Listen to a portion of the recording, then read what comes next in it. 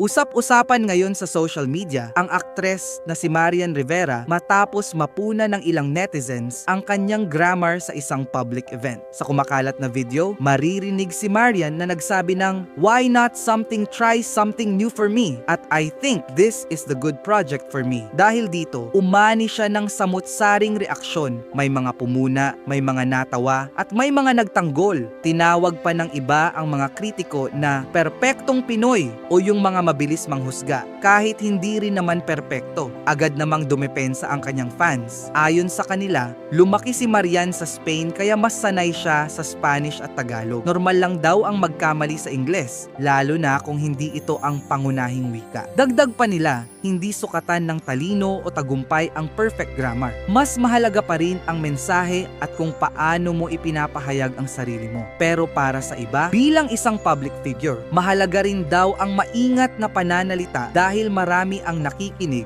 at naiimpluwensyahan. Sa huli, tanong ng marami, mali ba talaga si Marian o sobra lang ang panghuhusga ng iba? Ikaw, anong masasabi mo? At kung gusto ninyo ng mga balita at trending na usapin sa social media, huwag kalimutang i-follow at i-like ang aming Facebook page para lagi kayong updated. Salamat po!